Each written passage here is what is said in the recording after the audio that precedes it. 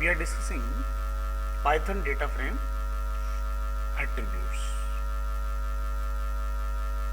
Data frame attributes होते कौन कौन से हैं? तो वो होते हैं index, column, axes, type, D type, size, shape, values, empty, ndim और टी। ये सारे है ना जो retrieving various properties, different type की प्रॉपर्टीज को रिट्राइव करने के काम में आते हैं डेटा फ्रेम्स। तो इनमें से इनका यूज कैसे होता है वो देख लेते हैं हम लोग।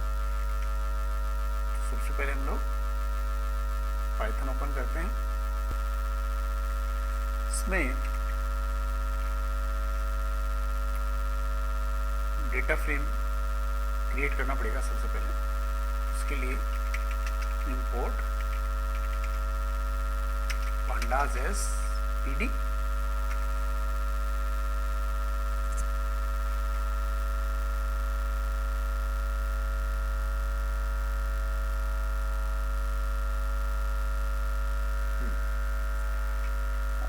एक डिक्शनरी बना लेते हैं। डिक्शनरी को हम लोग उसमें पास कर लेते हैं। मैं टॉपर नाम से डिक्शनरी बना रहे हैं। टॉपर्स नाम से डिक्शनरी में जिसमें हम सबसे पहले लिखेंगे जैसे रोल नंबर, और रोल नंबर में जैसे जो भी रोल नंबर आपको रखने वो रख लेते हैं। 1110, 110, 158 और ये हम लोगों ने रोल नंबर रख लिया। और यहाँ पर हम लोग एक नेम नाम का कॉलम ले लेते हैं और नेम में हम लोग यहाँ पर नेम रख देते हैं। ठीक है, नेम में जैसे मैं रखता हूँ यहाँ पर रवि,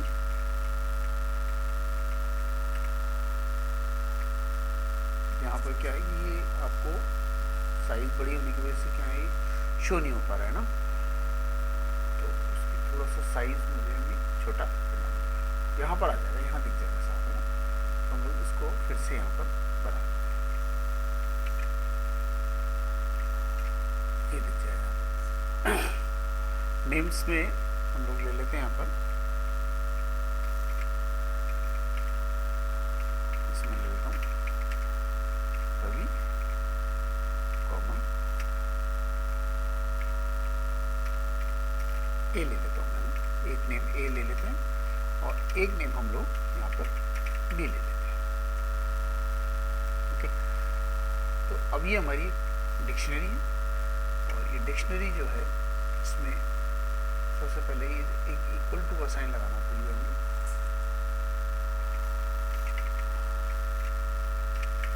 यहाँ पर सॉरी इक्वल टू का साइन, ये डिक्शनरी हमारी तैयार है। ये देखिए ना, अब इसको हम डेटा फ्रेम में पास कर देते हैं। तो हमारे डेटा फ्रेम का pd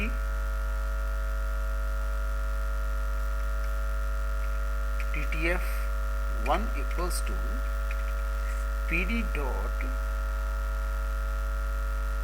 ये लिस्ट आ जाती है, यहाँ से आप सेलेक्ट कर सकते हैं डेटा फ्रेम, है ना। अब इसमें डिक्शनरी को पास कर देंगे।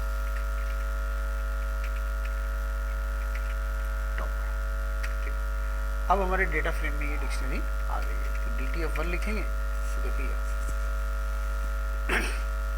अब हम ये जो इंडेक्सेस की बात कर रहे थे ना, यहाँ पे डेटा फ्रेम के एट्रीब्यूट्स, उसमें पहला लेते हैं हम लोग इंडेक्स। इंडेक्स एट्रीब्यूट को कैसे काम में लेना है, तो दोस्तों आपको लिखना क्या है कि आपका data frame DTF1 dot INDEX। ठीक है, तो देखो इंडेक्स के रिगार्डिंग जो भी इंफॉर्मेशन है वो आ गई है कि भाई इसका जो स्टार्टिंग पॉइंट है इंडेक्स का वो ये है। ठीक है, और स्टॉप पॉइंट 3 है, set equals to step equals to 1। ये इंडेक्सिंग की इसमें जानकारी आ गई। अब डेटा फ्रेम के कॉलम्स के बारे में जानकारी ले लेते हैं हम लोग।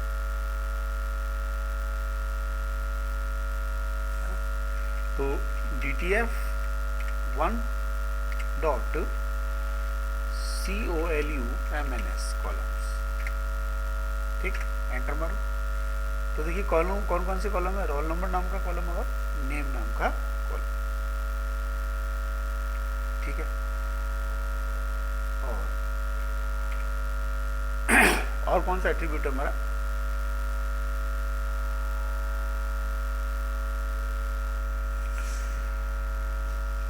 एक्सेस के बारे में देख लेते हैं। कॉलम हो गया एक्सेस के बारे में, तो लिखो DTF 1 डॉट एक्सेस। तो एक्सेस के बारे में जानकारी आ गई यहाँ पर सारी, पूरी की पूरी।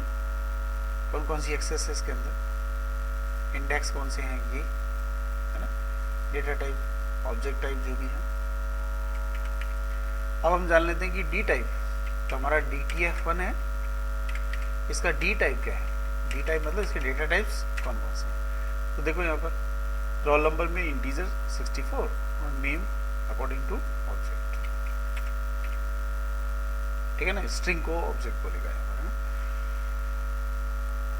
अब हम साइज देख लेते हैं, DTF 1 डॉट साइज। तो भाई साइज क्या है, 6 है। इसकी साइज कितनी बताई इसने, 6। अब हम देख लेते हैं, अब साइज से returns N integer representing the number of elements in the object. Total कितने एलिमेंट्स है, इससे साइज से ये शो होता है ना। ये देखिए 2 to 4 और 2 3 6, 2 to 4 और ये 6 एलिमेंट्स हैं, इससे साइज से ये आता है। अब मालूम कर लेते हैं हम लोग शेप। तो DTF 1 डॉट SHAP, इससे शेप आ जाती है। शेप का मतलब है कि नंबर ऑफ रोज कितने हैं और ये कॉलम्स कितने हैं। तो देखिए नंबर ऑफ रोज तो यहाँ पे 3 और कॉलम्स कितने हैं, 2। तो पहले रोज आता है फिर कॉलम आता है, ओके।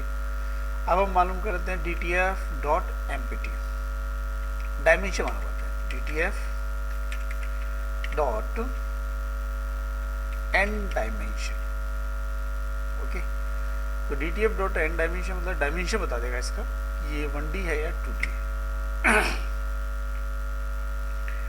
DTF 1 नहीं लिखा हम लोगों ने यहाँ पे हमें 1 लिखना चाहिए ना। तो यहाँ पर हम, हमारा डेटा फ्रेम 1 है तो 1 आएगा यहाँ पे। तो स्पेस दे दिया ना,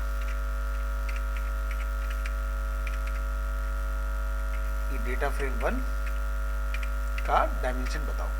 तो 2D डायमेंशन, 2D है ना। अब हम डेटा फ्रेम, ये डेटा फ्रेम खाली है या नहीं इसको चेक कर लेते हैं। DTF 1 इज एम्प्टी है क्या भाई, तो बताएगा फॉल्स, क्योंकि सारा डेटा फ्रेम तो हमारा भरा हुआ है ना, खाली कुछ भी नहीं, ये डेटा फ्रेम हमारा। तो ये सारे हम लोग देखते हैं कि ये एट्रीब्यूट्स हैं। किसके एट्रीब्यूट्स हैं ये हमारे डेटा फ्रेम के एट्रीब्यूट्स।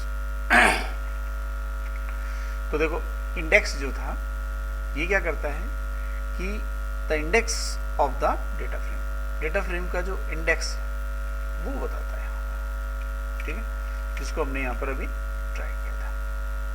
स्टार्टिंग से देख लेते हैं हम लोग, ये इंडेक्स है ना। तो रो लेवल, जो रो लेवल है, रो लेवल बताता है। रो लेवल का मतलब ये होता है कि भाई फर्स्ट रो की स्टार्टिंग 0 से है, एंडिंग 3 पर है ना, स्टॉप 3 और स्टेप है यहाँ पर 1 पर, यानी टोटल तो 3 रोज है इसके अंदर, ठीक। अब डेटा फ्रेम कॉलम की जानकारी लेनी हो तो ये the columns level of the data frame, column level बताएगा, रोल नंबर और नेम, यानी उनके नाम बताता है। कॉलम लिखेंगे तो कॉलम्स के नाम बताएगा, ओके। एक्सेस क्या बताता है, returns a list representing both the axes, okay, list बताता है यहाँ पर, दोनों एक्सेस की लिस्ट बताएगा। यहाँ पर रोल नंबर, यहाँ पर नेम, ठीक है, और जो भी है यहाँ पर 0 से स्टार्ट है, टोटल 3 है यहाँ पर, और स्टेप 1 है। इस तरह से इसके बारे में जानकारी देगा। चलो अब हम देखते हैं कि डेटा फ्रेम के अंदर जो आपका लेन फंक्शन है वो क्या काम में आता है। ठीक है, लेन फंक्शन क्या काम में आएगा, तो हमारे पास एक डेटा फ्रेम ऑलरेडी बना हुआ और डेटा फ्रेम है हमारा, मान लो ये डेटा फ्रेम है। ठीक है, इसका नाम है DTF1। एलियन फंक्शन क्या काम में आएगा।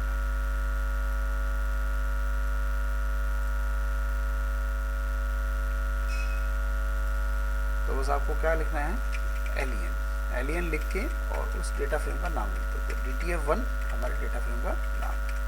अब हम देखते हैं यहाँ पर क्या काम में आएगा। तो यहाँ पर इसने रिटर्न 3 दिया है, तो will return the number of rose in a data frame. तो एलियन फंक्शन से नंबर ऑफ रोज का पता लगता है कि टोटल रोज कितनी है ना। तो कंफ्यूज नहीं होना है कि लेंथ बता देगा, तो नंबर ऑफ रोज बताएगा। अब हम बात करेंगे काउंट फंक्शन की। ठीक है, काउंट फंक्शन का डेटा फ्रेम में क्या रोल है इसकी बात करते हैं। अब देखिए हम लोग यहाँ लिखते हैं हमारे डेटा फ्रेम में DTF1 dot count function. DTF1 dot count function हम डायरेक्टली यहाँ पर लिख देते हैं। तो देखिए यहाँ पर क्या होता है कि अगर DTF काउंट फंक्शन आप लिखते हैं तो ये क्या करेगा, आपके हर रो के अंदर कितनी वैल्यूज हैं, हर कॉलम में सॉरी, उन वैल्यूज को शो कर देगा। कितनी वैल्यूज हैं उनको शो कर देगा। कॉलम में 3 वैल्यूज हर कॉलम वो शो करेगा। तो हमारा डेटा फ्रेम देखो यहाँ था, देखो 1 2 3 ना, डेटा फ्रेम नाम 1 है, नाम इसका ऑल्सो 1 2 और 3। तो ये यहाँ पर 3 शो करेगा। ठीक है, तो ओनली काउंट लिखेंगे तो ये 3 वैल्यूज शो करेगा। अच्छा, हम अगर इस तरह से लिखते हैं कि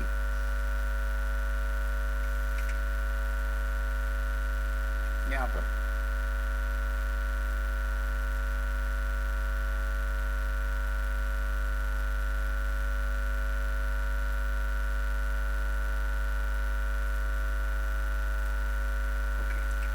अब हम इसी चीज में यहाँ पर लिख देते हैं AXI as equals to INDX। तो भी ये क्या 3 रिटर्न करेगा। तो इंडेक्सेस में कितनी वैल्यूज, चाहे आप उसको काउंट लिख दो चाहे आप इंडेक्स लिख दो। अब इंडेक्स किसको बोलते हैं यहाँ पर, इंडेक्सेस में कितनी वैल्यूज, तो ये यूँ काउंट करेगा, यूँ कितनी वैल्यूज, तो ये वही 3 आ जाएगा। नेक्स्ट काउंट में ही हम लोग देखते हैं यहाँ पर कि अब काउंट में हम लोग क्या 1 पास करते हैं। अब 1 पास करेंगे तो ये क्या करेगा कि ये रिटर्न करेगा हर रो में कितनी वैल्यूज हैं हमको रिटर्न करेगा। तो देखिए यहाँ पर 2 वैल्यूज हैं, तो ये हमारा डेटा फ्रेम है। तो आप खुद इसमें देख लीजिए यहाँ पर हर रो में कितनी वैल्यूज है। ये फर्स्ट रो है 2 वैल्यूज, सेकंड रो 2 वैल्यूज और इस रो में भी 2 वैल्यूज। तो ये रिटर्न करेगा कि भाई 2 और 2, इंडेक्स नंबर 0 पर 2, इसमें 2, इसमें 2। इंडेक्स के अकॉर्डिंग वैल्यूज शो करेगा यहाँ पर रो के अकॉर्डिंग। अब इसी को हम लोग यहाँ पर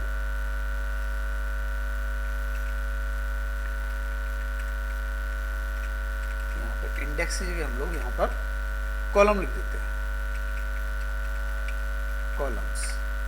तो देखो यहाँ पर वो सेम, इसका जो रिजल्ट है वो ये रिजल्ट यहाँ पर आएगा। तो यहाँ कॉलम आप ऐसे भी समझ सकते हो कि यहाँ कॉलम लिखो तो रोज के बारे में बताएगा, और यहाँ आप लोग इंडेक्स लिखो तो कॉलम्स के बारे में बताएगा। यहाँ पर भी 2 2 2। ये तो हमारा यूज है काउंट फंक्शन।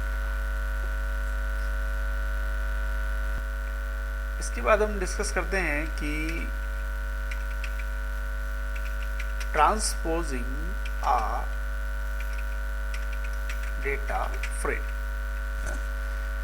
डेटा फ्रेम को ट्रांसपोज करना। अब ट्रांसपोज अगर आपने किसी आपको एक्सेल वगैरह आता हो तो उसमें करके देखा होगा कि अगर आपने इस तरह से कोई वैल्यूज ली हुई है ना, तो उनको इस तरह से शो करना, ये ट्रांसपोज है। और आपने मान लो इस तरह से कोई डेटा स्टोर किया हुआ है, उसको इस तरह से शो करना, इसको हम बोलते हैं ट्रांसपोज। तो हमारे डेटा फ्रेम को हम लोग ट्रांसपोज करने की कोशिश करेंगे, ठीक है। तो डेटा फ्रेम को ट्रांसपोज करने के लिए हम लोग टी नाम के एट्रीब्यूट का यूज करते हैं, ठीक है।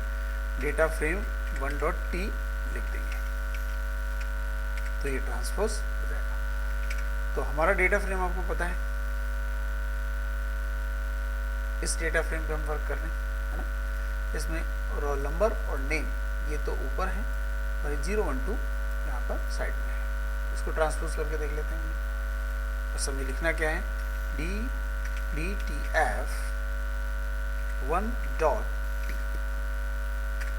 तो देखो हमारा सारा जो डेटा फ्रेम है वो ट्रांसपोज हो गया। ये रोल नंबर जो ऊपर हुआ करते थे वो यहाँ आ गए, और जो इंडेक्स जो हमारे साइड में हुआ करते थे वो यहाँ पर आ गए। तो इस तरह से ट्रांसपोजिशन हो गया। तो रोल नंबर कौन कौन से हैं, ये एक साथ आ गए, और नेम कौन कौन से हैं, ये एक साथ आ गए यहाँ पर, ठीक है। तो इस तरह से हम लोग ट्रांसपोज का यूज कर सकते हैं। ट्रांसपोज एक एट्रीब्यूट है, और इस एट्रीब्यूट से हम लोग डेटा फ्रेम की वैल्यूज को ट्रांसपोज कर सकते हैं। अब हम बात करते हैं यहाँ पर कि numpy representation of data frame, है ना। एज ए numpy हम लोग कैसे रिप्रेजेंटेशन कर सकते हैं। numpy में आपको पता है एरे आता है, तो उसको हम डेटा फ्रेम को हमारे को कैसे रिप्रेजेंट करेंगे। तो ये हमारा डेटा फ्रेम है यहाँ पर, और हम लोग इस डेटा फ्रेम के अंदर लिखेंगे DTF 1 डॉट वैल्यूज। तो देखो जैसे एरे होता है ना, वो एरे बन के हमारे वैल्यूज का आ जाएगा, ठीक है। अब इसके अंदर एरेज के अंदर 1 2 3 रोज को लिखा हुआ है यहाँ पर, ठीक है। ये हमारा डेटा फ्रेम का एरे है ना। तो इस हेडिंग को बोलेंगे numpy representation of data frame. तो डेटा फ्रेम में अब हम आगे डिस्कस करते हैं कि सेलेक्टिंग और एक्सेसिंग डाटा, है ना। डेटा फ्रेम के डाटा को हम कैसे सेलेक्ट और एक्सेस कर सकते हैं, ओके।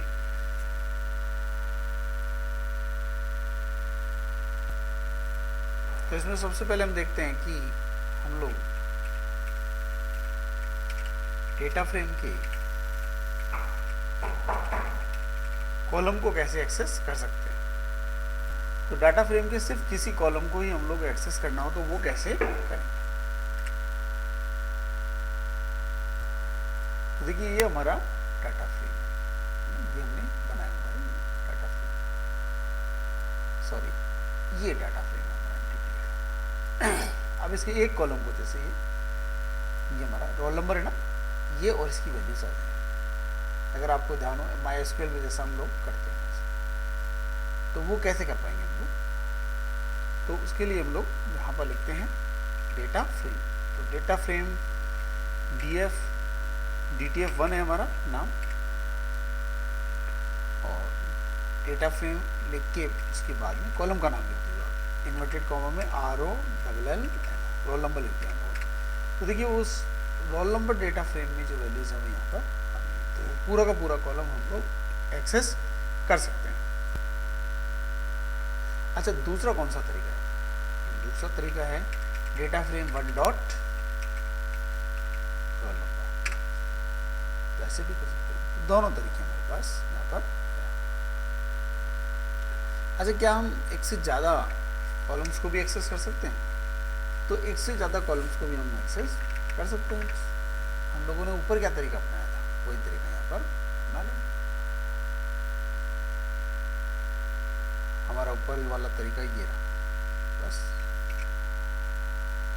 बस आपको ये है कि थोड़ा सा आपके जो कॉलम्स के नाम है वो आपको याद होने चाहिए। तो जैसे एक तो कॉलम का नाम है रोल नंबर और दूसरा शायद ऊपर नेम है। देख लेते हैं। नेम में एन जो है वो कैपिटल है, तो यहाँ पर नेम, सॉरी यहाँ पर कोई एरर है। हाँ, इसमें थोड़ा सा ये देखना था हम लोगों को कि ये जो हम लोग ये यहाँ पर लिख रहे हैं ना, इसको ऐसे पास करना पड़ेगा। ये वन मोर ब्रैकेट यहाँ पर रिक्वायरमेंट होगी, ठीक है। तो देखिए ऐसे तो दोनों कॉलम्स में हम ला सकते हैं, 2, 3, 4 जितने भी कॉलम आप लाना चाहें वो ला सकते हैं। तो ये डेटा फ्रेम्स के कॉलम्स को एक्सेस करने का तरीका है।